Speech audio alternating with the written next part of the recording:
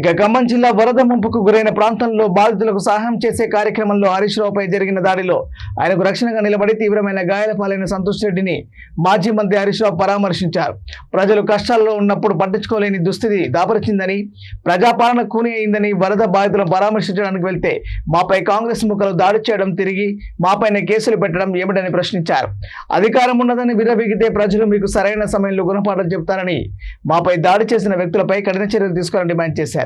ఈ కార్యక్రమంలో నర్సాపూర్ శాసనసభ్యురాలు సునీత లక్ష్మారెడ్డి, ఎర్రోల శ్రీనివాస్, మాజీ జెడ్పీటీసీ బాలరెడ్డి, బీఆర్ఎస్ రాష్ట్ర నాయకుడు వెంకటేశం గౌడ్, గోవర్ధన్ రెడ్డి, శ్రీనివాస్ రెడ్డి, ప్రభాకర్ రెడ్డి పాల్గొన్నారు.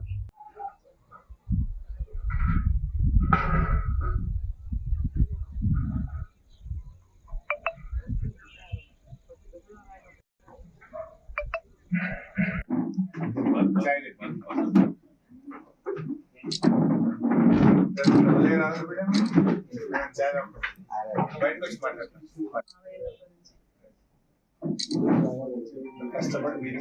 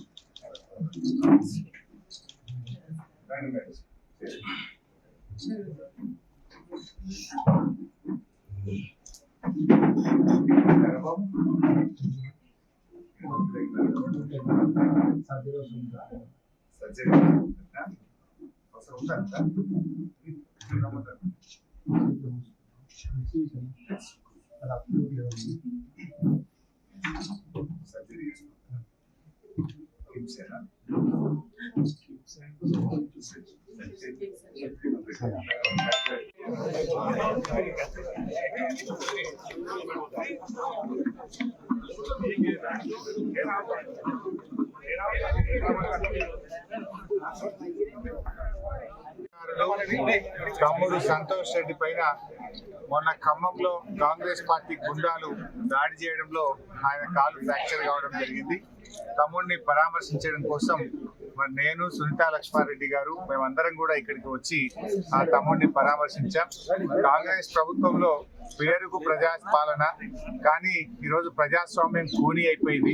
వరద బాధితులకు సహాయం చేయడానికి వెళితే, వరద బాధితుల్ని పరామర్శించడానికి వెళితే కాంగ్రెస్ గుండాలు దాడి చేసి ఇవాళ ఫ్రాక్చర్ చేయడం జరిగింది. ఆయన కాలు ఫ్రాక్చర్ అయింది. గమ్మత్ ఏంటంటే ఉల్టా మళ్ళీ మా మీదనే కేసులు పెట్టారు. దాడి చేసిన వాళ్ళని వదిలిపెట్టి మా మీదనే కేసులు పెట్టారు. అంటే ఇది ప్రజాపాలన కాదు. ఇది ప్రజలకు న్యాయం, ధర్మం లేదు. ఇలా కేవలం పోలీస్ రాజ్యాన్ని నడిపిస్తూ, ప్రతిపక్షాలను అణచివేస్తూ, ప్రజాస్వామ్యాన్ని పట్టపగలు ఖూనీ చేస్తూ, ప్రతిపక్షాలు గొంతు నొక్కే విధంగా, ప్రతిపక్షాల మీద ఉల్టా కేసులు పెట్టే విధంగా ఇలా కాంగ్రెస్ పాలన జరుగుతూ ఉంది. ప్రజలు గమనిస్తా ఉన్నారు.